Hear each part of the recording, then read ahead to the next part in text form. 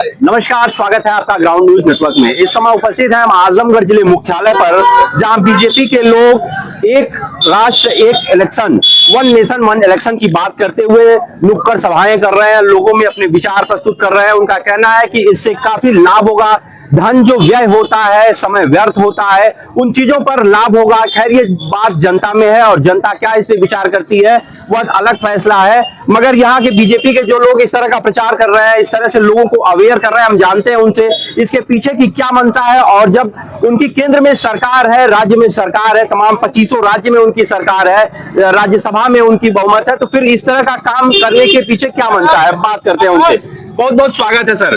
क्या मंशा है ये जो आप लोग नुक्कड़ सभाएं कर रहे हैं, लोगों को अपने बारे में, इस वन नेशन वन इलेक्शन के बारे में समझा रहे हैं, क्या इसके पीछे का लॉजिक? पहले तो इसको कवरेज करने के लिए आपका बहुत बहुत धन्यवाद। हम निश्चित रूप से ये देश चाहता है कि एक राष्ट्र है तो एक चुनाव होना चाहिए। आज उसी को लेकर हमारे युवा मोर्चा के आजमगढ़ के साथियों ने अपने लोकप्रिय युवा मोर्चा अध्यक्ष भाई निखिल राय जी के नेतृत्व में एक शानदार इस शहर में पदयात्रा निकाली थी। और उस पदयात्रा में चलते चलते जनता जो है अपना हाथ हिला रही थी, ताली बजा के स्वागत कर रही थी, कोई वो जिंदाबाद बोल के समर्थन दे रहा था। तो मानो लग रहा था कि जनता, इस आजमगढ़ की जनता चाहती है कि एक राष्ट्र में एक ही चुनाव हो, क्योंकि हमारा राष्ट्र प्रगति करे, हमारा राष्ट्र जो धन है वो धन की बर्बादी ना हो। इसी सब उद्देश्य से हम एक राष्ट्र एक चुनाव। सर, ये नहीं लगता कि राष्ट्र को इस समय एकजुट होकर वो जो घटना हुई है उस पे बात करनी चाहिए? वन नेशन वन इलेक्शन की बातें अभी दूर है, बिहार का चुनाव है, क्या इसको भटकाने का भी प्रयास किया जा रहा है? नहीं नहीं, निश्चित ये पहले से ही कार्यक्रम रहे हैं। हमारे पहलगांव जो ये कांड है, ये यहाँ उपस्थित सभी युवा साथियों को इतना दर्द है कि अगर सरकार आदेश कर दे तो चाहे भले ही हम लोगों के बॉर्डर पर हमें गोली लग जाए, लेकिन हम अभी एक एक डंडा एक एक लाठी लेकर वहां चलने के लिए तैयार हैं। और निश्चित रूप से जो हम लोग का आक्रोश है वो भारत सरकार हम लोग के आक्रोश को देख रही है और उसी अनुसार तड़वातोड़ कार्रवाई सेना से लेकर सीआरपीएफ और बॉर्डर सिक्योरिटी फोर्स अपने काम में लगे हुए हैं। यदि हम लोग ये हर दल, हम ये नहीं कहेंगे भाजपा का ही, इसमें हम सर्वदलीय दल को सम्मिलित करते हुए हम ये जरूर कहेंगे कि हर दल का आदमी, हर दल का युवा यही चाहता है कि भारत सरकार यदि आदेश दे दे तो निश्चित रूप से अपना सीना दहाड़ के लाठी डंडे से उनको हम लोग मार के ठीक कर देंगे। सारे आतंकवादी को पाकिस्तान से निकलवा के उनकी हम लोग हाथों से मार के उनकी हत्या कर देंगे। भारत माता की। नहीं लगता देश में आम चुनाव की जो बात हो रही है, सरकार आपकी है, फिर ऐसे सवाल आप लोगों को नुक्कड़ सभाएं क्यों करनी पड़ रही है? सरकार क्या मंशा, आप लोग क्या बताना चाह रहे हैं? देखिए, आज हिटलर शाही नहीं, ये लोकतांत्रिक समय है। लोकतांत्रिक, उसमें लोकतंत्र का सबसे बड़ा योगदान है।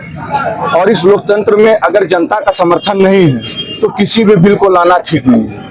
हमारी सरकार की ये मंशा है कि जन जन, बच्चा बच्चा, देश का बच्चा बच्चा ये बोले कि एक राष्ट्र एक चुनाव होना चाहिए, तब इस बिल को पास किया जाता है। तभी इस बिल को पास किया जाएगा जी।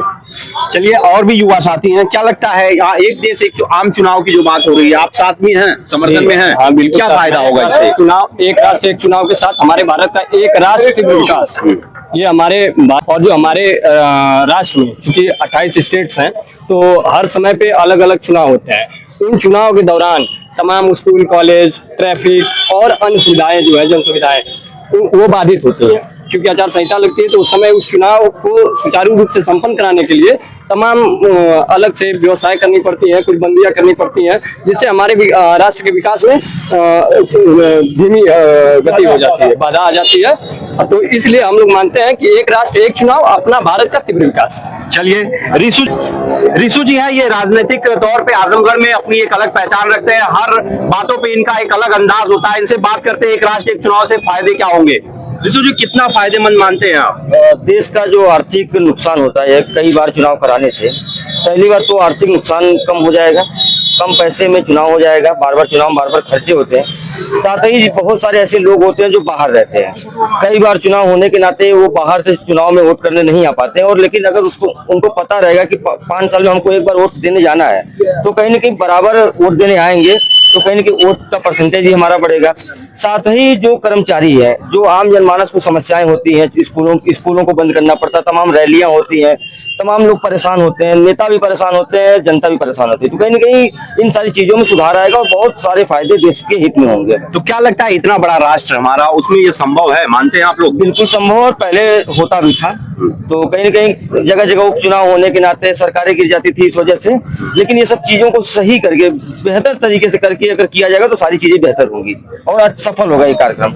तो देश में राज्यसभा में बहुमत है बीजेपी का, लोकसभा में बहुमत है, क्या लगता है इसके पीछे की क्या मंशा है, कब तक ये होना तय है? बिहार का चुनाव भी है, तो इस तरह तो हर बार ये होता है कि नहीं आप कराएंगे, हम एक राष्ट्रीय चुनाव कराएंगे, फिर कोई ना कोई चुनाव आ जाता है, तो उसके पीछे क्या लगता है हो पाएगा? अभी क्या है कि अभी आम जनमानस की आवाज उठना शुरू हो गई, जगह जगह से लोगों ने मांग उठाना शुरू कर दिया है कि एक राष्ट्र एक चुनाव होना चाहिए। तो अब जब ये मांग उठ रही है तो कहीं ना कहीं सरकार इस पे विचार करेगी और राज्यसभा लोकसभा में दोनों सदनों में बिल को पास करके इस कार्यक्रम को सफल बनाएगी। चलिए, तो हम ये चर्चा आप पर छोड़ते हैं। आम जनता का ये सवाल है कि क्या एक राष्ट्र एक चुनाव संभव है इस देश में, जहां बहुत से राज्य हैं, अलग अलग व्यवस्थाएं होती हैं।